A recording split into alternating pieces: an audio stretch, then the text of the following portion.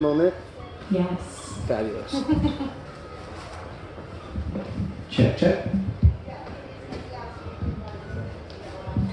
Right on. Well, thank you all for joining us for the 10:30 presentation on the importance of veterans in the cannabis industry. I am your MC for the discussion, Shango Los. I am host of the Shaping Fire podcast. If you enjoy learning from the top minds in the cannabis industry, I encourage you to visit shapingfire.com to enjoy in-depth interviews on cannabis business, health, and technique that will provide you with actionable information without wasting your time. Recent guests have included OG cultivator Kevin Jodry from Wonderland Nursery, the cannabis terpene neurologist Dr. Ethan Russo, geneticist Dr. Reggie Gaudino on cannabis plant patents, cannabis breeder Mean Gene of Mendocino, and Natasha Riz on using cannabis ball root as medicine, and many, many other folks. So postcards for the show are available up here near the stage. And if you want to share this presentation with others who are not here, a video of this panel will appear on my YouTube page next week, and you can find that channel at youtube.com/Shango Los. So the U.S. cannabis industry is growing at a rapid rate, as we all know, and U.S. veteran advocates and entrepreneurs are playing a big part. Our panel this morning will focus on the importance of veteran involvement in the shaping of this emerging industry. And our guest speakers, Ellen Brown and Amber Center, who will be with us momentarily, will discuss the genesis of some of these veteran-led cannabis organizations and describe how other veterans and civilians can do the same. Ellen Brown is a master cultivator. She has mentored hundreds of cannabis growers throughout the U.S. over the last 10 years. She's also a veteran in the United States Air Force and was awarded the Air Combat Command Nutritional Medicine Airman of the Year Award in 2008. As founder of Sensomia Seminars, Ellen has taught cannabis cultivation, health and business to students, patients, caregivers throughout U.S. and Jamaica. So I'm going to go ahead and introduce Amber now, and she'll just join the conversation when she gets here. Amber Center is founder of Leisure Life, a lifestyle and infused cannabis products company. She's also co-founder of Supernova Women, formed in 2015. This organization is dedicated to empowering people of color to become self-sufficient cannabis industry shareholders. Amber is a U.S. Coast Guard veteran and a former COO of Magnolia Wellness. So please put your phones on vibrate if you haven't already done so, and please hold your questions until the end. So let's offer Ellen, and when she comes in, Amber, a round of applause. So to get us started, I want to ask you, Ellen, what aspects of your military experience especially prepared you for working in the cannabis industry? Thank you. So my name is Ellen Taylor Brown. I'm a United States Air Force veteran, and what I did in the service was nutrition, so nutritional airman. And part of my job was teaching one-on-one classes, as well as teaching large classes for prenatal care, gestational diabetes. If you failed your PT test, I would be the first person you would see. So what I was able to take away from that was learning how to teach, learning how to do one-on-one patient counselings, and how to create curriculum, which I found very much transferable to Sensomia Seminars. So I used my abilities to teach, create educational material that was easy to understand, and then with that I've been able to really perpetuate education on the East Coast.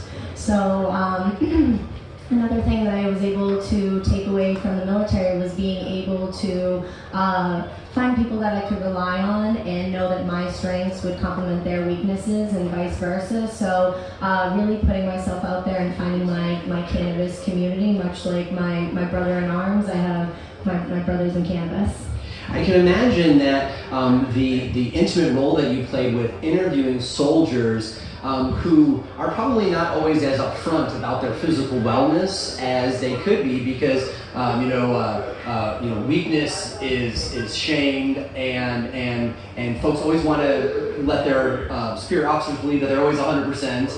And you learn how to create that intimacy as well, which I can imagine is important when working with veterans in the cannabis industry. Absolutely. When I would do the one-on-one patient counselings, people could be there for a wide variety of reasons, and sometimes they were very receptive to the information I was going to impart on them, whether or not that was setting up a nutritional program, whether or not it was them coming back weekly, bi-weekly, monthly. And with cannabis, it's that same thing. People come in with a little bit of trepidation, or when they come in, I have to kind of pull out from them, well, what do you want? What are you thinking? And just having patience and understanding, especially from coming from the medical field, because cannabis is a medicine. You do have your endocannabinoid system, your CB1 receptor, your CB2 receptor, which a lot of people aren't as educated on as they would like. So I've been able to teach them that information and then have them go on to be their own best advocates is really what I like to drive home, whether or not it was teaching my nutritional classes, where we would sit down and then you'd come back and tell me how your results were when you were away. And with this, I will give you all the tools you need to be able to better understand your own endocannabinoid system, your own self-titration and dosing, what works best for you. So actually, as I'm saying, it's very much transferable for when I was creating those different nutritional plans for people. Now we're creating different cannabis plans for people, whether or not it's I have a 4x4 space, what strains can I grow, or I have an outdoor field in Maine, what can we do? So sitting down and seeing what resources we have, and then just growing from there. I know that our industry has got a lot of inside vocabulary, and certainly the military does as well. Do you find that having a pre-existing shared vocabulary with the veterans helps you bring them up to speed in cannabis, because that vocabulary tends to cause them to warm up to you faster because they can tell that you have shared past experience with them? That's a fantastic question. What I find with veterans is kind of that saying, once a Marine, always a Marine, even though I was the Air Force and Amber was in the Coast Guard and people come from all different branches. When you meet somebody who's a fellow service member, you feel almost an immediate connection. You know that they have something in common with you that you don't have in common with maybe your spouse, your friends, your family. It connects you almost immediately. Same with cannabis, when you smoke that cannabis. So we're able to form a relationship built on trust because we both know we were in the service. And then from there, we're able to take that a step further when we start to talk about cannabis. And talk about, hey, how was your military service? And sometimes veterans don't like to open up because it's hard talking to civilians or hard talking to people that don't understand. And then when a veteran talks to another veteran, that kind of just goes down.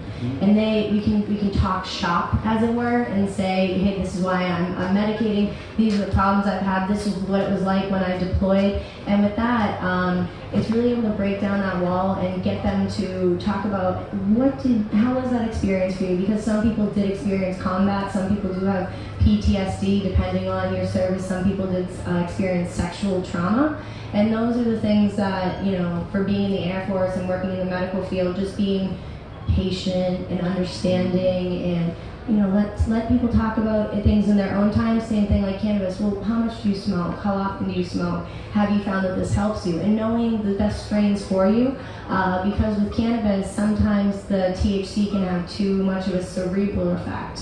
And that can actually help to exacerbate post-traumatic stress disorder.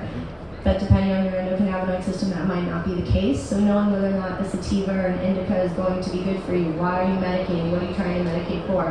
And not medicating to suppress your feelings, but medicating so that way you can, start to form a new relationship with how you feel about those things, kind of move past those traumas, identify them, and use cannabis to help you do that. I know we're really frontiering this new recreational, market, but I always like to really emphasize the importance of the plant-based medicine. Right on. Yes. Thanks for joining us, Amber. Glad you're here. I've already introduced you at the beginning, so folks already know who you are. But we're gonna deal you right in here. So the question is, with your background as a veteran, how are you able to leverage that experience from the service to better serve veterans here in the cannabis industry? And the goal we're trying to get at is so other people can emulate your experience and use their experience in the military to also provide aid to their veteran brothers in arms. Sure. So I was an ROTC kid. I was in ROTC out through high school, and I went through a officer training program when I was in college. And so, and I'm a veteran of the Coast Guard. And I'm also the child of a combat veteran. My dad was in Vietnam. He got a Purple Heart. He was injured several times. So I definitely know firsthand, even though I'm not a combat veteran, seeing PTSD from someone very close to me, my dad. And I would say, I've taken a lot.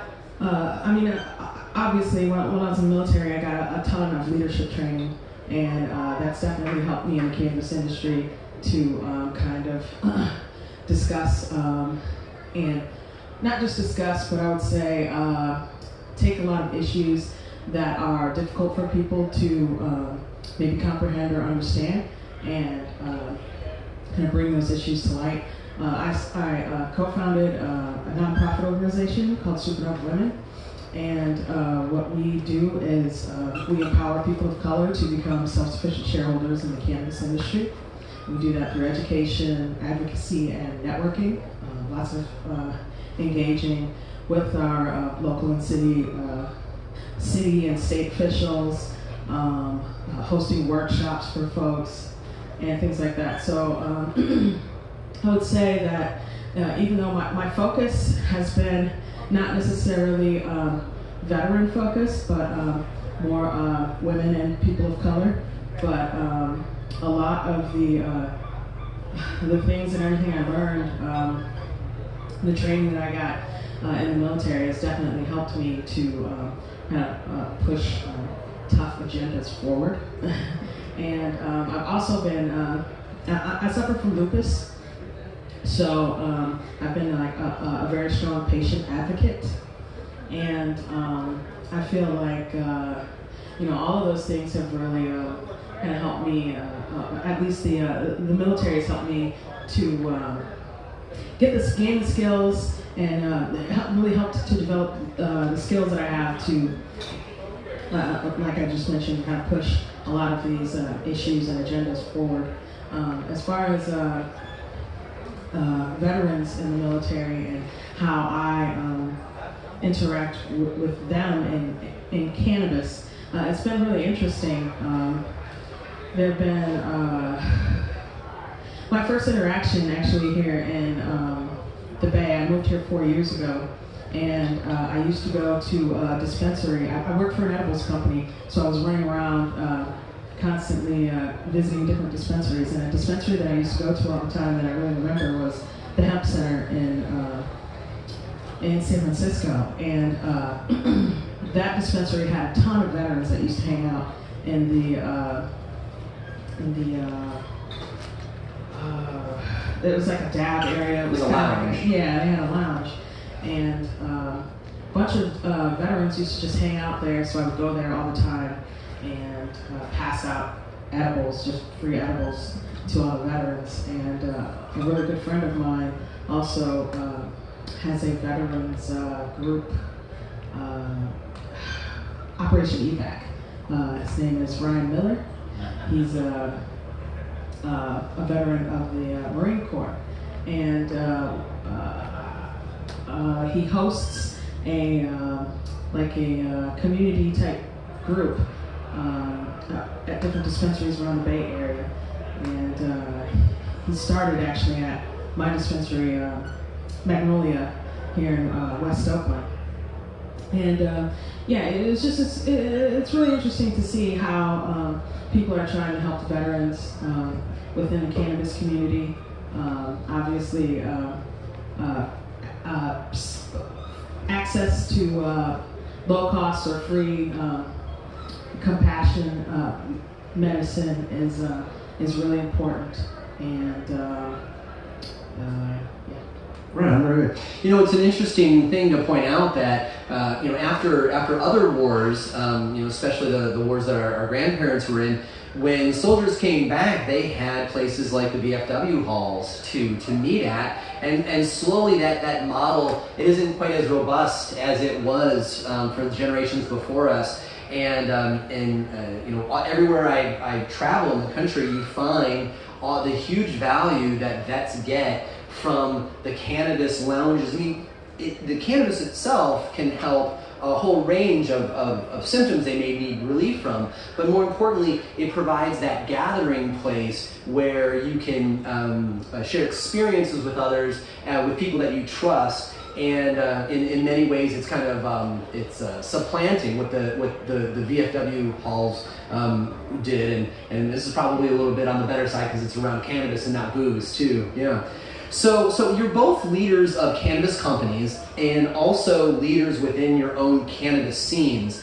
So I'm curious to know, what programs do either your businesses have or other programs that are in your scenes that you find work most effectively to reach out to veterans and get them properly involved. And just so you know where I'm going with this is, a lot of people are going to see the video and they're going to feel inspired, and they're going to want to start doing things at their local, wherever they live in the country, right? So my goal for this is for us to kind of, put some ideas in the ears of people in the audience of what they might be able to do where they live. So what have you both seen that seems to be working effectively? Thank you. So if you want to get veterans involved, the best thing to do is to go on to social media. Social media is becoming huge, whether it's Facebook, Instagram, Twitter, #veterans, #free, #education, #cannabis. It's going to start to get some traction. In New England, for the longest time, veterans didn't have any resources. And that's when somebody named Derek Cloutier and Sean Judge formed the New England Veterans Alliance, which has been operational for the last 2 years. They are now a registered nonprofit organization. And what they've started to do is to hold monthly meetings where veterans can come, we can smoke cannabis, we can relax, enjoy each other. And then they've taken it a step further where they reached out to me and they said, "Hey Ellen, you do education, you're a veteran, come on board." So what I do is sometimes I'll hold free educational classes for veterans, or the classes that I'll have, I will reach out to my network. Your network is your network. Who do you know and what can they do? So I'll reach out to like Magic Butter or different seed companies that have helped me out, like Homegrown Natural Wonders. And then another one is the California Seed Vault, and they'll send me genetics and I'll give them away to veterans for free as a gift. Thank you, recreational use, and now I can gift things. I couldn't do that with the medical marijuana program. So now I can gift things, and then if I have a raffle, for the money that goes into the raffle, I'll take it and I'll give it right back to that nonprofit organization. And that's in Massachusetts. In Maine, there's the Homegrown Healthcare Maine, started by Catherine Lewis, Glenn Lewis, and Shauna. And what they do is they also provide free classes for veterans. What? Free classes for veterans. I myself hold free classes for veterans. In Connecticut, there's Canna Health, and we're going to start holding monthly or quarterly free classes. So just by providing them cannabis education, providing them discounts, or giving them the tools and the resources they need to go further, that helps to strengthen your cannabis community, and it helps to strengthen the veteran community. So you don't have to be a veteran to help a veteran. Catherine, Shauna, and Glenn are not veterans, but they do see the need for it. They see how it has helped people. So I could not be more thankful to the New England Veterans Alliance, to the Homegrown Healthcare Maine, to Canna Health for recognizing that veterans don't have anywhere to really go in states that don't allow for lounges. We don't have any lounges. We still have to go meet in places and smoke in parking lots, and it's not conducive to helping us not feel like criminals or breaking that stigma and getting us out. So the more we can do for veterans, the more we can offer our veterans to help them succeed on their own is going to be priceless. And here on the West Coast, you have 22 Too Many, which I love New England Veterans Alliance, and I love all these different organizations, but 22 Too Many has a special place in my heart because they were one of the first. They are so loud, they are so proud. Patrick Saint is one of their founders, and they are always at the Washington State House. They got PTSD added to their medical marijuana program in Massachusetts. So I've mentioned Maine, I've mentioned Mass, I've mentioned Connecticut. There's the Tetrahydro Club in Rhode Island, which has free days for veterans. And in New Hampshire, there's not really anything going on. They don't have a conducive medical program, and they do not have a recreational program. So with their medical marijuana program, they didn't even have post-traumatic stress disorder as a qualifying condition. And that's when all the veterans got together and we said, this is unacceptable. And we went to their state house for one of their hearings, and we all testified. There were about 10 of us. And with our voices, with our service, with our actual stories, it's not anecdotal evidence, it is my life. And I need this medicine, and we were able to get post-traumatic stress disorder added to the state of New Hampshire, which is huge because on the East Coast, they're probably one of the furthest states back from being where they need to be to have a functional medical marijuana program, and they're so far out from having a recreational program. So getting veterans involved, and especially getting veterans involved in lobbying is going to be huge. Lobbying and activism. I've had times where people from different organizations would call me and say, hey Ellen, I really need you to come to the State House, or I need you to testify X, Y, or Z. And it's because you're educated and also you're a veteran. I need a veteran voice, because when I say, hi, my name is Ellen Brown, I'm a student, I'm a caregiver, I'm a United States veteran, and that's when I notice people go like this. And I notice them start to listen and go, well, what does she have to say? What does this young veteran have to say? So by being a veteran, your voice carries just a little bit more weight. Or because you're a veteran, maybe somebody who wasn't as apt to listening to, oh, it's cannabis, oh, it's a veteran. I love veterans. Okay, what do you have to say? And because you are a veteran, they'll take the time to listen to you. So make sure that when you're speaking, you're able to articulate that it's helped you and what it's going to be able to do for other veterans. Because it's not just me taking care of myself in Massachusetts and New England, it's about taking care of the entire world and every veteran who needs it.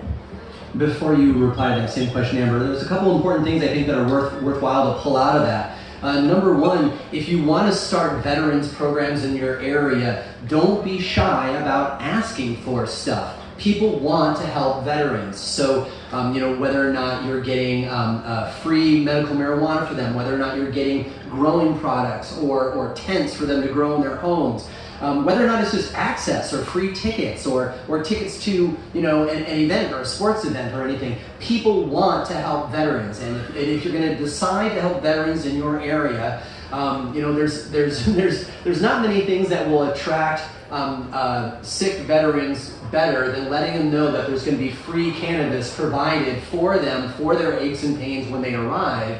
And then once they're there, you can continue on with the other services that you want to make sure you give them, the therapy, the community, the information about their health and cannabis. And so there's a lot of different ways to go about that. All good stuff. So same kind of idea to you, Amber. So you're in a different scene than Ellen is, and as you've already said, your work certainly touches on veterans, but more specifically minorities and women and others who may be even farther out of the mainstream and have even more unique needs. So what kind of programs do you see being offered that you're finding to be effective that other people might be able to model elsewhere in the country? Absolutely. So as we mentioned before, and we kind of talked about, camaraderie is a really big thing. Obviously in the military, you develop some friendships and relationships that last for a whole lifetime. And those things are very powerful. You go through all kinds of experiences together, and that's really important for people to get together and discuss and share, like at the VFW. And since those things, as we spoke about, are kind of dwindling away, creating these support groups for people to come together and share their stories is still very vital and very important. So groups like Operation EVAC, like I mentioned before, that's a Bay Area group. They meet at a couple different dispensaries. They meet at even 7 Stars right here in Richmond. And they get together and just kind of discuss and talk about the issues that they're having, issues that they're facing, and just, being a veteran and navigating civilian life. And I think that's really important just because, lots of these folks are very lonely. They might not get out for, whatever reason. It could be health issues, it could be PTSD issues, it could be a number of reasons. So supporting those types of groups is really important. Giving them the resources that they need, whether it be free cannabis, whether it be money. Here in California, actually, I believe they just passed an amendment to the regulation saying that some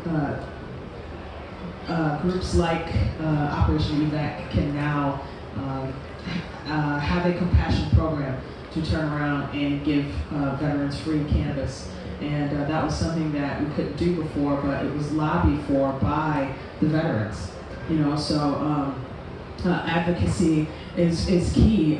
Activism and advocacy is really key in getting these things. I mean, who would have thought that they would have come out with regulations saying you can't give away cannabis anymore? Like, come on.